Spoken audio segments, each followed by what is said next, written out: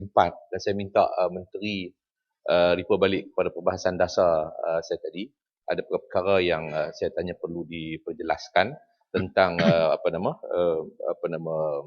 untuk petition RM10 bagi daftar pemilih tu, membantah daftar pemilih RM10 dan juga tentang soal nak memasukkan keputusan yang dibuat oleh PSC untuk menentukan tempoh pilihan raya itu untuk supaya mengikat budi bicara Perdana Menteri untuk membuat pindaan perlembagaan.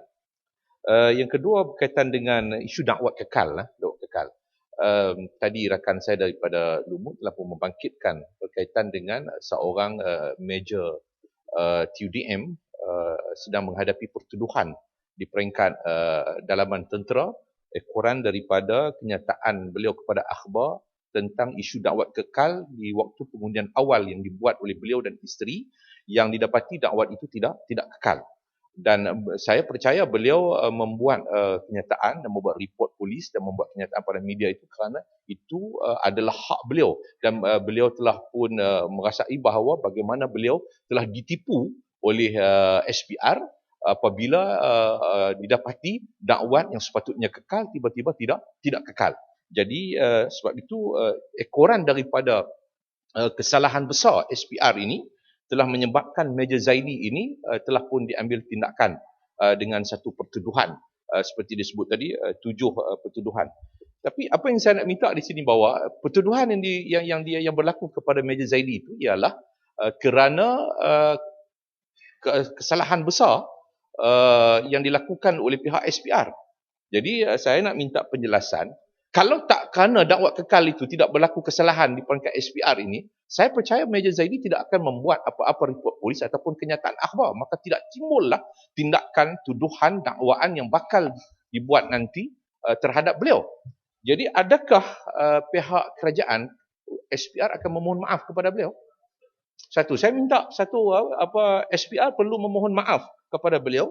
SPR seharusnya menyediakan khidmat guaman. Kerajaan harus menyediakan khidmat guaman untuk beliau dalam perbicaraan di martial court nanti. Pokok senang. Jeletong bangun. Sekejap. Saya tak habis lagi. Ini sangat penting. Bagi saya bahawa ini satu penganiayaan. Yang jawatan kuasa soal mahkamah tu sudah masuk. Dah. Ini bukan soal mahkamah. Saya katakan dia akan dituduh. Jadi sudah tentu dia akan mengambil khidmat guaman. Adakah kerajaan ataupun SPR sedia untuk membiayai kos khidmat guaman? Ini isu dia, sebab bagi saya bahawa ekoran daripada kesalahan dilakukan oleh SPR, maka penganiayaan telah berlaku kepada Major Zaidi. Dia punya penerbangan, dia punya airline penerbangan dia sudah dihentikan dan sebagainya. Sehingga dia ambil tindakan pertuduhan seperti ini. Ataupun adakah saya nak minta pihak kerajaan SPR nak mengayu kepada Kementerian Pertahanan supaya mengarah Parlimen Tentera supaya menarik balik tuduhan terhadap Major Zaidi. Kerana bukan kesilapannya, bukan kesalahannya. Kesalahan ini adalah kesalahan SPR. SPR sudah mengaku itu satu kesalahannya. Jadi tak sepatutnya tindakan dibuat terhadap Major Zaidi. Ya. Mengenai dakwat kekal. Dakwat kekal. Setahu kita semasa PRU 12 ya, ada war-war supaya dakwat kekal digunakan untuk kali yang pertama, dan sebilangan lebih kurang 7 juta kalau tak silap saya telah dipergunakan untuk membiayai dakwat kekal.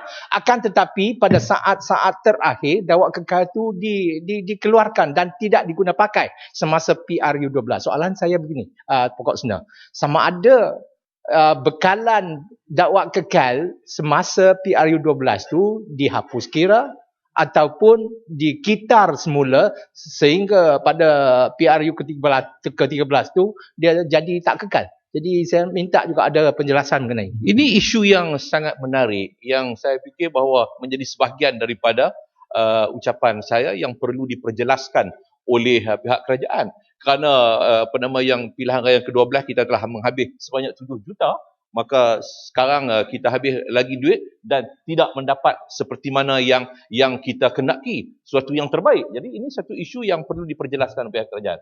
Ya, ringkas saja. Bagaimana pandangan Pokok Sena? Saya merasakan bahawa tindakan Meja Zaidi itu merupakan satu tindakan yang penuh bertanggungjawab, melaporkan satu penyelewengan dan tidak patut dia dikenakan apa-apa tindakan. Bagaimana pandangan Pokok Sena? Ya, sebab itu saya katakan bahawa tak sepatutnya dia ambil apa-apa tindakan. Sebab itu saya minta bahawa kerajaan harus tarik balik. Tarik balik sebab dia buat kerana dia itu hak dia. Itu adalah hak dia. Jadi sebab itu saya minta pihak kerajaan. 1 minit. Saya ada satu cadangan. Terima kasih ya. Pokok Sena.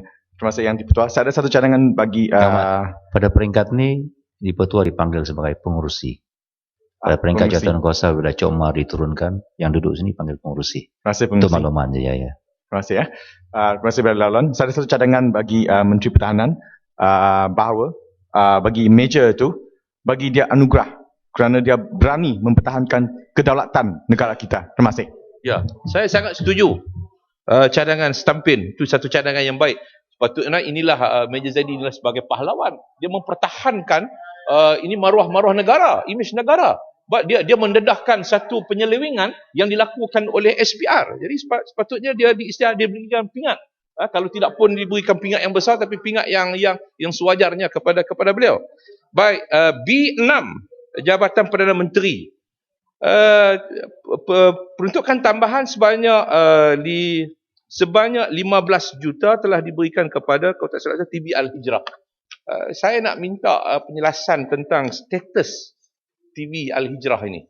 Apa status dia? Ini status dia sebagai sebuah syarikat ataupun dia ditadbir oleh satu lembaga dan sebagainya. Sebab saya pun duduk terfikir TV ini sudah tentulah dia diuruskan secara korporat, secara syarikat seperti mana TV-TV yang lain, Media Prima dan sebagainya, dan mereka mendapat pulangan keuntungan yang begitu lumayan daripada pengiklanan dan sebagainya. Jadi kita nak minta juga apa status dia ni, dan saya nak minta juga berapa banyak pulangan yang dia dah dapat dari segi pengiklanan yang dibuat di dalam TV Al-Hijrah ini.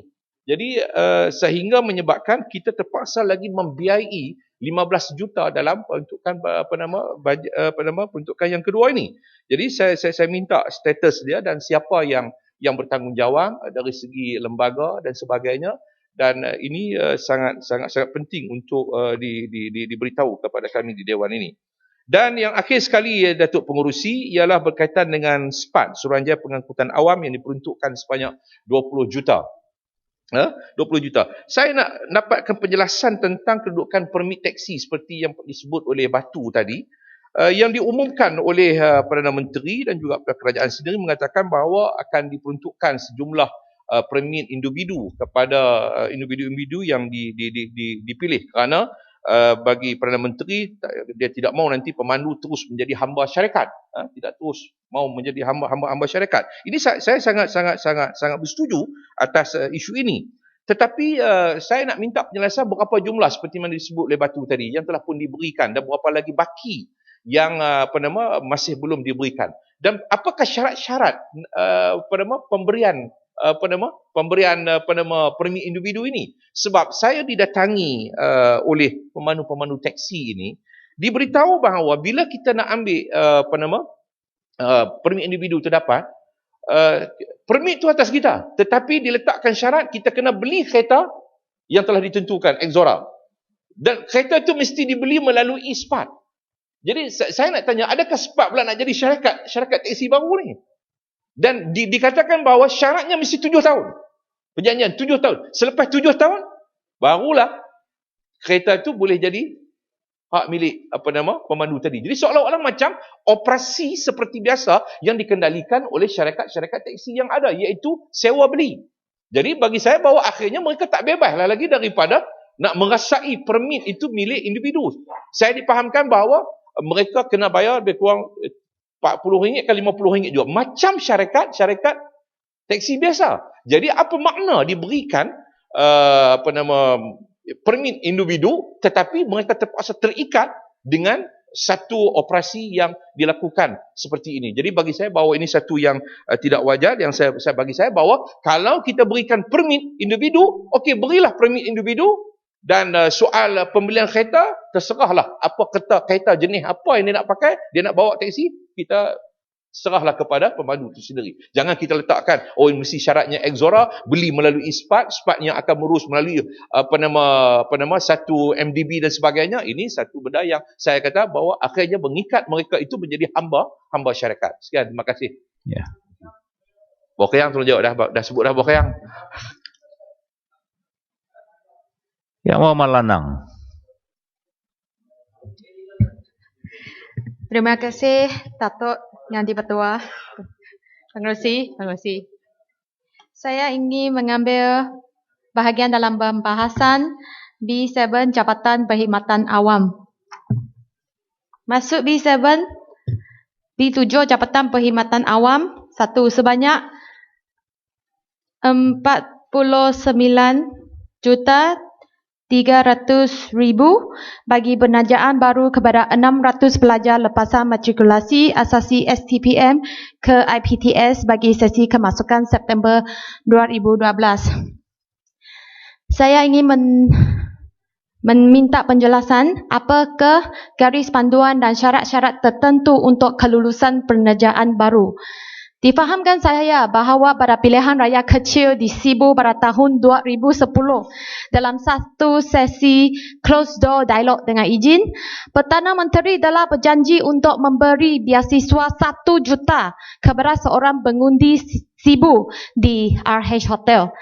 Saya berharap kelulusan tersebut bukan diberi hanya apabila ada pilihan raya kecil sahaja dalam satu konsep I help you, you help me.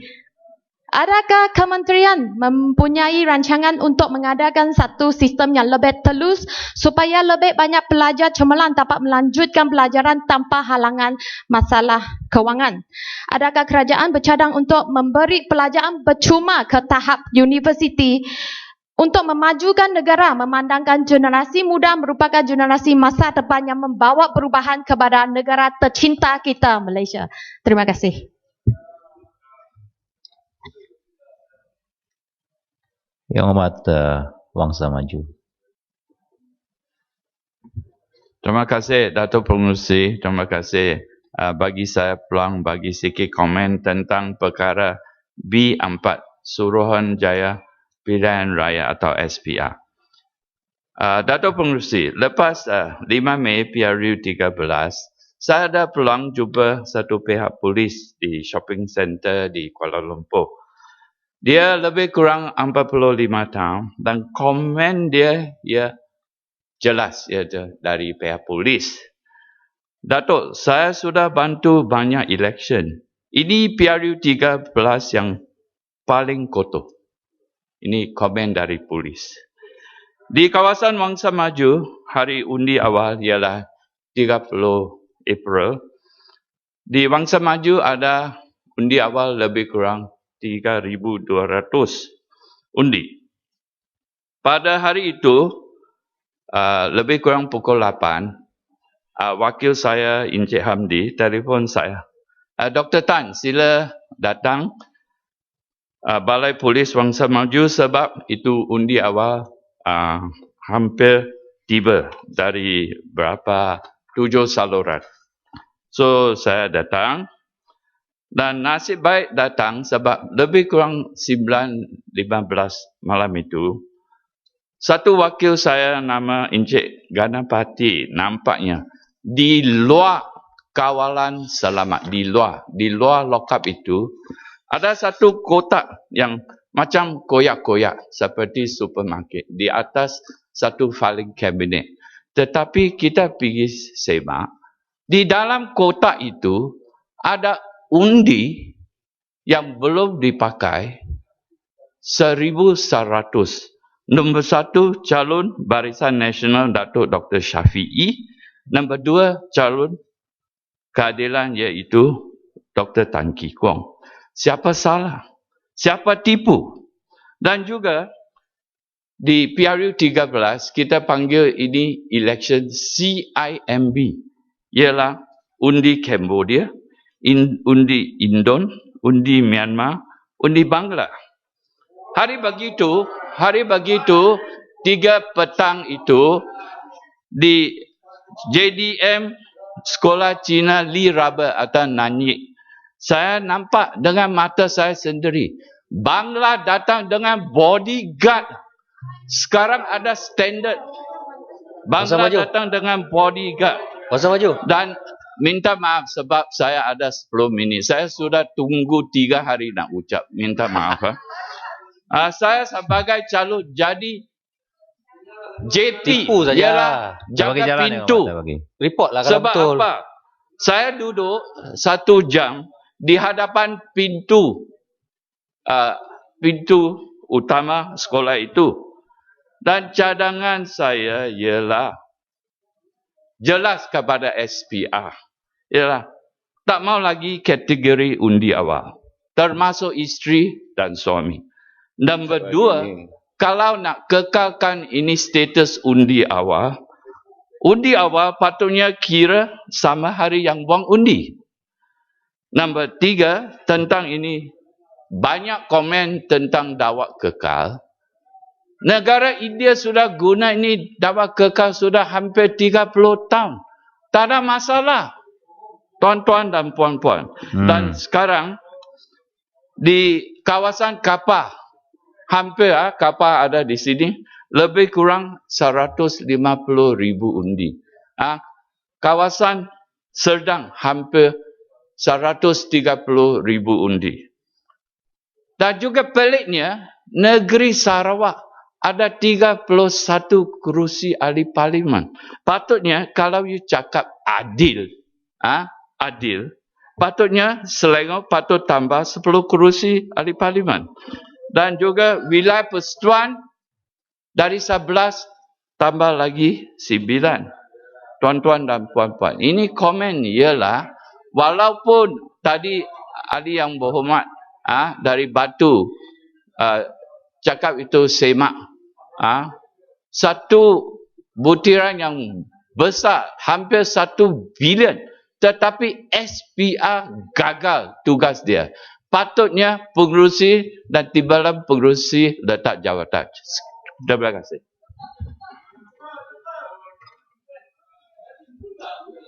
Yang mau pasti Farid Sulong. Baik Sulong. Ada pasir. Farid Sulong ya. Terima kasih Dato' Pengurusi. Saya juga seperti pokok senang.